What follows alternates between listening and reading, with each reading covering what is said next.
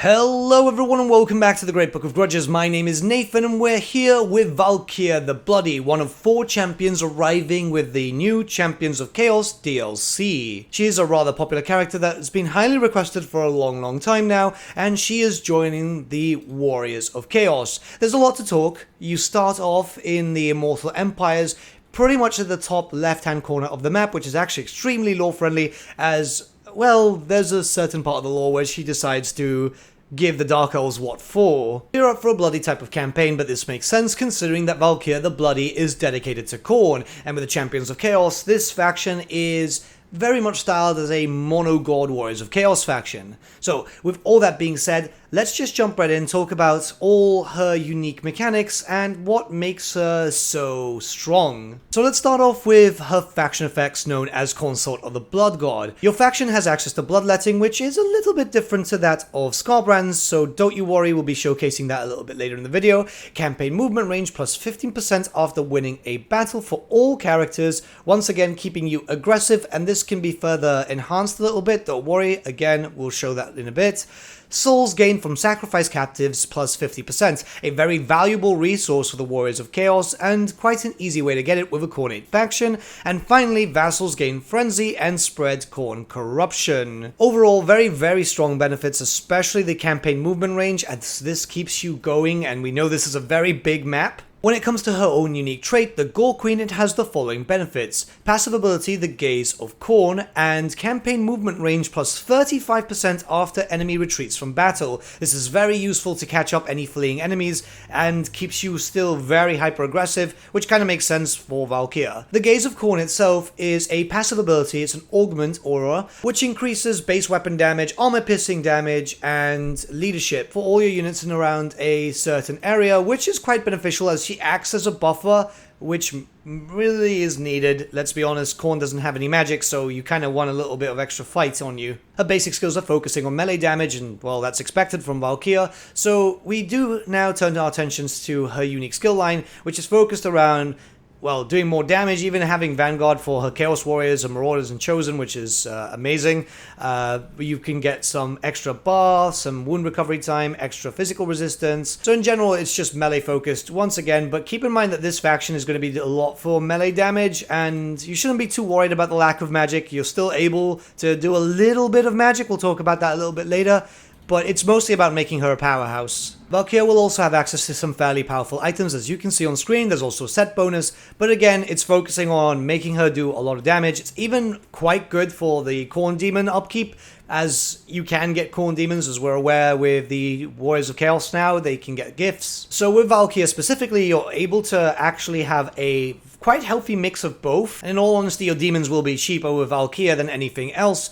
So yeah, she's actually really strong, and the fact that she can keep boosting up some leadership or just the extra damage, she's very good at sniping out hidden characters. So construction is the same for every single Warrior of Chaos, and you know, this is the whole thing of you've got access to Dark Fortresses, they're your main buildings.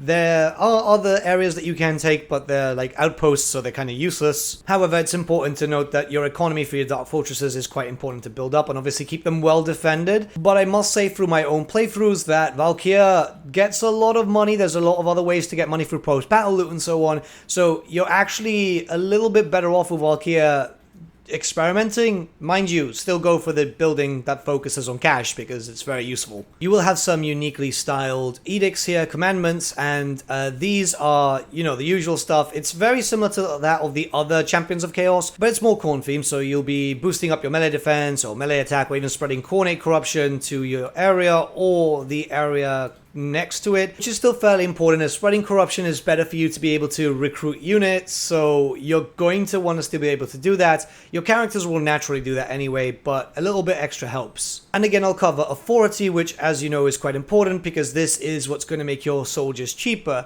Authority is gained through character traits, even some skills, some tech. This can be with either your lords and your heroes, and as you start expanding, you'll get more authority, which will reduce your recruitment cost, your casualty, replenishment rates, your warbrand upgrade cost, and even your upkeep. And the main thing is that you focus here on Undivided and Khorne authority as you are a Khorne faction, which also has access to undivided units. So recruitment is all the same as you've seen through everything else. You know, it's the warband recruitment, which is very different to what we've seen for other factions and races.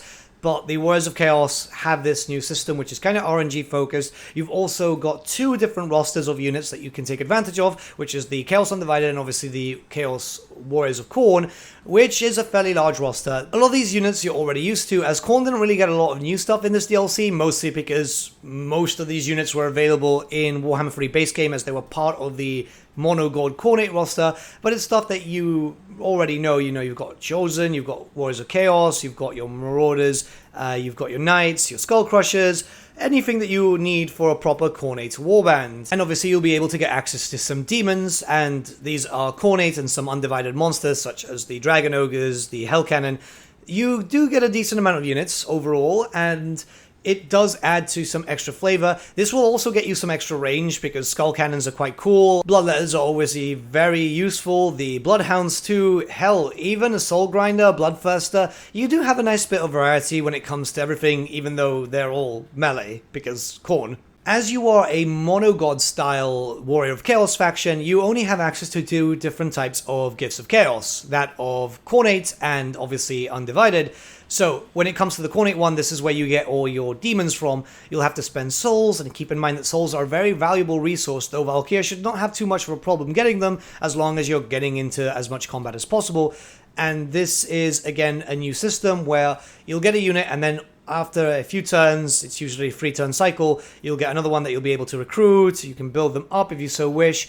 It's a pretty interesting way to have a second army if you so need it, just to be able to instantly spawn forces. There's also one which is very, very good, which is the increase of post-battle loot and raising settlements, and yeah, it's going to be needed. The Warriors of Chaos do not make a lot of money, so having some access to other ways to get cash is very useful. When it goes to the Undivided ones, that's focused more on administration, some buffs towards your units overall, and again, you're going to need to be able to use this, as the benefits will allow you to get more casualty replenishment, extra attack, and all that type of stuff. It's not as beneficial to you as the Khornate one, because really, here you get Hell Cannons, but with the Khornate one you get Skull Cannons, so you already kind of lose the negative. Right, let's talk about tech trees. So as you are aware, the Warriors of Chaos have their own dedicated tech tree, but the Champions of Chaos, these DLC lords like VALKIA the Bloody, have their own one too. It's a unique one where it's focused on 2 different branches in a sense, or 2 different trees.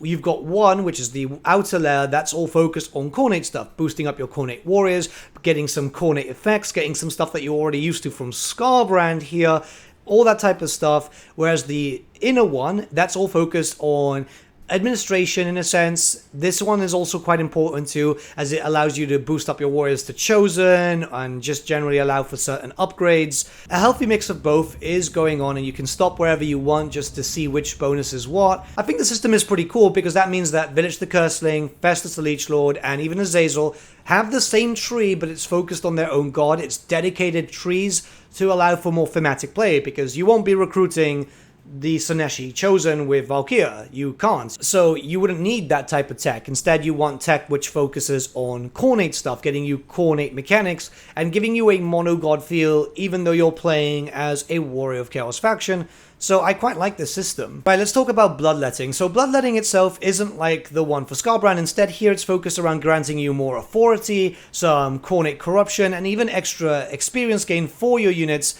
You have to keep in mind that there is a negative too, so you have to just keep aggressive, and it isn't too hard, especially as a Khornate faction. You know, blood for the blood god, skulls for the skull throne type of thing.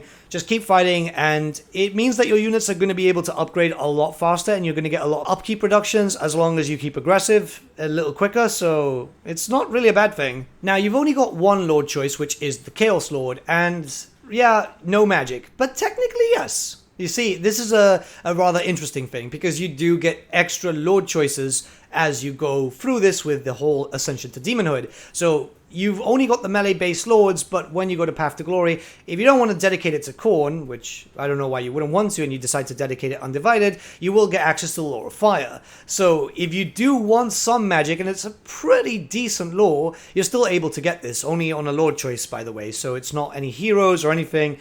It's going to be a difficult thing to get used to if you've never really played the Khorne factions before, but you're generally a lot better to deal with magic because you're resistant to it and all that type of stuff. But I know some players are going to feel like it's going to be a bit of a weird thing. Anyways, as we progress, like I said, you can, but you shouldn't want to get the smaller settlements because they're like outposts. So giving them to your allies is probably going to be the best thing. Your allies will spread more corruption, and this is something that you do want for your own benefit. And in general, vassals aren't too bad, so you should be fine to see them get more active and just get a little bit into more battle. Plus, you know, they also give you some donations via vassal tributes, and that helps too. Also, what I've noticed as a tip, and I don't like really doing tips in these types of videos, but you know, it's always good to bring a secondary lord around with you if you can afford it, just to have them starting to level up. Early on, they will obviously be quite low, but getting some extra experience is obviously very helpful to get extra authority, to just be able to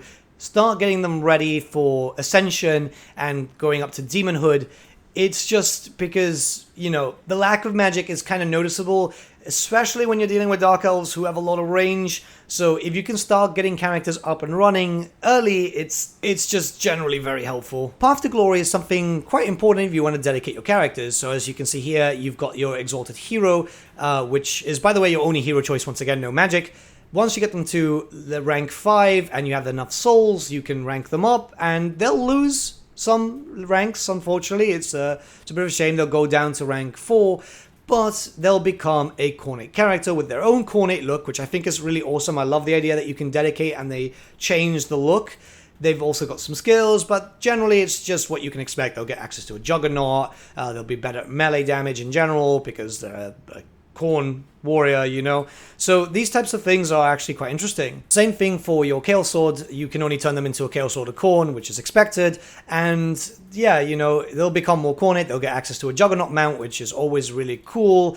And if you decide to ascend them to Demonhood, which they're melee demon, they don't have access to any magic, again, as expected, you'll need to get to rank 20, which really isn't too far, especially for a Khorne character who's just going to keep moving as they keep fighting. So you're not really going to have to wait too long if you know what you're doing. Now we're going to start looking towards the roster, any details there. VALKIA is really strong. She is really good at melee combat as expected. Not only that, but you do have access to a wind attack, which is obviously very useful as you have no spells. You can become invulnerable for a little bit of time. She's incredibly fast and she can fly, so there's a bit of a benefit there. What I've used her for is to snipe out enemy characters, because she can do that really quick, especially as you start putting some skills into her. Like, she won't have any problems. I've seen her take out Azazel without an issue. I've seen her take out Malekith without an issue.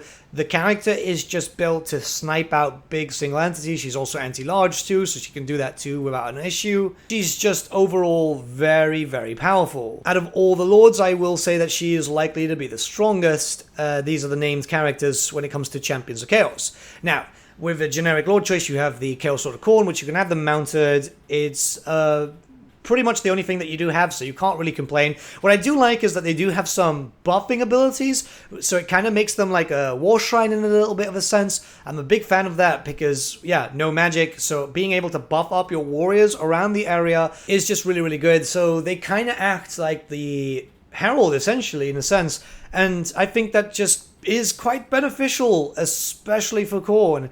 I was worried this was not going to be the case, but I'm really happy to be proven wrong. And again, you know, use it to take out characters. It's an anti-infantry unit because they do have dual weapons, and I mean, the style is just cool. We never had miniatures like this. We did in a sense, but not really, so it's just nice to see them. Then obviously, we do have the Demon Prince of Khorne, which is your other lord choice, but it's not really a lord choice as you have to upgrade a character through there. It's a melee character. Once again, it looks like a gimp, so it should really be more Slaneshi, I would say. But hey, good melee stats, flying, it's able to do a lot of damage. It's fast, not as fast as VALKIA, but it's going to have the same type of effects as the Chaos Sword of Khorne, just bigger, badder, and just a, you know, demon. But it looks really cool. I quite like the look. I think it's going to be able to do a lot of damage. I've not used them too much, mostly because I quite like the Chaos Warrior Khorne, because the Juggernaut moving with a Skullcrusher army, I've been theming my armies very lately, and I just kind of enjoy it that way. But overall, still very good. Your hero choice is the Exalted Hero of Khorne, which is another melee character. It's anti-infantry, it's a melee expert, it's got frenzy, it's able to do a lot of damage overall. yeah, you don't have a lot of options with Khorne. I do hope in the future we do get some type of buffer in the style of like a warrior priest or something, but until then, it's still able to do a lot of damage, and it's still able to just get out there and just swipe at pretty much anything you throw at it. It's heavily armored, good stats. I don't see too much of an issue. It's still able to do the job, and that's the most important thing. When we start looking towards units, you do have a lot of variety, but they're all very samey. It's just better stats overall. Keep in mind, again, Khorne, I can't really stress this enough. So we got the Chaos Warhounds of Khorne. A lot of these units you would have already seen in the Monogod roster for Skarbrand, and that's because, well, there just wasn't a lot of demons, so they kind of had to flesh it out. So you're already kind of used to these units. This is a fast unit that can move around pretty quickly. It's a good sniper if you want to pick out any straggling war machines or get a little flank charge. Overall, it's not the best. Warhounds aren't really great, but if you know how to use them, you're probably already used to them anyway, considering that this series is pretty old, and we do have a lot of dog units. Creative Assembly do like introducing dog units when possible, because, well, it's always nice to have some sort of vanguard unit getting out there and doing some damage when needed. So as expected, you will get access to some Marauder units, and you have access to two of them with Khorne. You've got the sword and board version and the more traditional dual weapons for Khorne, because you want to be able to do anti-infantry damage. They're pretty good, nothing to sniff at. I would say that they are actually pretty decent in campaign. If you play as Valkyria or even Skarbrand, because Skarbrand does have access to these, you are going to be in for a good time. They're able to do a decent amount of damage. Obviously, the shield is better if you're dealing against range, but these are just your basic starter units, and overall, pretty good starts for a starter unit. Nothing really too good, but nothing really bad either.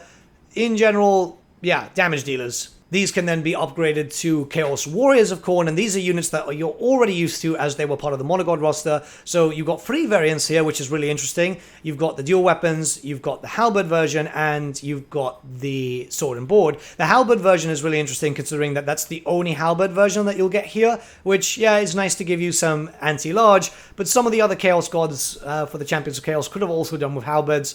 I get it, it's for the theming, and I understand it completely, but you do notice it sometimes. Either way, the Chaos Warriors of Khorne are very, very, very strong. I really, really like them. And, you know, it's just big damage output. You've already seen them. You're already quite used to them. Having an extra variant is also quite helpful. And, yeah, you know, they're very, very heavily armored. It's something that you need to keep an eye out on the battlefield, because they're not your bog standard Chaos Warriors. Keep in mind that every unit here also has access to the Mark of Khorne, which just makes them better at melee but worse at defense. Chaos Marauder Horsemen of Khorne are pretty much your only basic range unit, not including artillery, and this gives you a fast flanker. You know, they move really, really quick, especially for Khornate warriors. The fact is that you do have a little bit of range, so you can harass, which is weird, because Khorne doesn't really like range, but hey, I guess adding a little bit of flavor does help, plus you need something to eventually upgrade to knights and all that, so it kind of makes sense. Yeah, Vanguard, you're used to them, you're already used to them in, well, since game 1, so not really much to talk about here. Chaos Chosen of Khorne are a new unit, and here you have 2 variants. You've got the dual weapons, which are the main ones I tend to be using, and then obviously the sword and board. It's a bit weird that we didn't get the halberd version, considering that we also had the warrior with the halberd. Seems weird just to drop the weapon and then switch to something completely different, but I guess theming is important here, and yeah, it's not too much of a bad thing. They're strong, they're very, very strong. The Chosen themselves can do a lot of damage. The extra added firepower with the magical attacks is obviously very, very good too. Well, fire attacks, not magical attacks. And yeah, they'll prove themselves in the battlefield, believe me. Obviously, we have Chaos Knights of Khorne too. These are 2 variants. We've got the Sword and Shield and the Lancers, so yeah, heavy cav, decently fast, not great. I mean, still decent. And you've got heavy armor on them, so they're able to take a punch whilst also deal a punch too. They've got fear too. They look cool. I really like the look of them, but we're already kind of used to these types of units. Anyway, it's one of the things that, yes, it might seem a lot samey, and I will say this, yes, it does feel samey sometimes when it comes to stats, but the look is unique, and that's important. If you look to the kit bash aspect, this is something that I talk about a lot when it comes to these types of videos, because we never really had original looking stuff when it comes to units, and now we're getting them, and I love the fact that we are. I guess it's something that maybe the tabletop players will appreciate more. Now, we do have access to the Gorbeast Chariot, which is very Khornate. Yeah, you've got access to a lot of chariots, well, just the 2, but you know what I mean. It's something that is kind of helpful for the Khornate faction, but yeah, I mean, there's not much to talk about, especially when skull crushers are a thing, because yes, I know chariots are cool, and you know, the smaller entities are able to harass more, but skull crushers are just freaking awesome. I've loved these on the tabletop for a long, long time, just because they're absolutely disgusting. We're already used to these units, but they're anti-large variants, so they're good for taking out big monsters, but they're good for taking out infantry too. Very multi-purpose, they're able to do a lot of damage, very fast to, well, slower than the chariots as expected, and even the cav, but fast for a Khornate, and hey, that's what matters. War Shrines of Khorne are here, and obligatory. I've been waiting years for this unit, so this is another buffer type of creature. It's just freaking awesome. I just love the look of it. The Mark of Khorne on the top just looks pretty cool. So essentially what this does is buff your units. So you want them near your warriors. As entities start dying, you can make your soldiers even stronger with base weapon damage, armor piercing damage, and melee attack. So you want this, you do. And I mean, come on, cool factor, right? Like, this is a big thing for me. This is cool factor. Then another unit that we're already used to, which is the Chaos Spawn of Khorne. You know, it's Chaos Spawn. There's not really too much to talk about here, but they're cool, they do damage, they're unbreakable. This is pretty much something that you do want, because unbreakable units are quite useful. I've actually been using a lot of Spawn lately, so I can't really complain. I feel like Spawn had been feeling a lot better, especially with Warhammer 3. Then, obviously, we do have the Chaos Chariots of Khorne, and again, I focus mostly on Skull Crushers. You might prefer the Chariots, it really depends on your playstyle, because we're all very different, come on, so, you know, we'll all have different army compositions, different playstyles, and all that type of stuff. So these might still be useful for you, and if you want the Gore Beast, you need to upgrade them from these Chaos Chariots, so either way, you'll have to use them if you want a Gore Beast. I'm not really complaining, it's just how it is, because these functions are like that. And then for the last unit, we do have the Forsaken of Khorne, because I keep forgetting them. I'll be honest with you, I just don't use them. I don't see too much of a need. Yeah, it's a way to be able to get Spawn and all that type of stuff, and I think that's pretty much the only function that they will have. I feel bad for saying that, because Forsaken on the tabletop were really, really cool. I just don't see a reason to use them. So the Khorne roster is a lot of stuff that we're already used to, I will admit that, but hey, this is really what it's expected. I mean, it's Khornate warriors, yeah? Either way, you still have a lot of variety, you still have different types of weapons, you have a lot of heavy cav. The fact is, you just want to go into your enemy's face and just slap them. It's Khorne, it's like the most simple of the Chaos Gods, because sometimes a sword to the face is just easier than casting some spells. But yeah, you do have a lot of access to a lot of different things. It's nice to see a themed roster. I think that's the most important thing. It very much depends if you like Khorne or not. I know a lot of people will be playing Valkyria, so you're kind of stuck with these units anyway, whether you like them or not. But yeah, all the Champions of Chaos are fairly different as far as we've seen, and there's more videos coming out today. There's 4 in total, 1 for each of the champions, going over their mechanics, their rosters, and all that type of stuff. So let me know what you guys think in the comments below. Let's start a bit of a discussion. At this time that's going on, I should also be streaming an Azazel campaign over on Twitch TV/The Great Book of Grudges, one word. And that should be a fairly long stream. There will be loads of streams going on as time progresses, because that's focusing on all the different lords and all that type of stuff. So if you're interested to see a bit more of a on-hands playthrough, then pop by and say hi.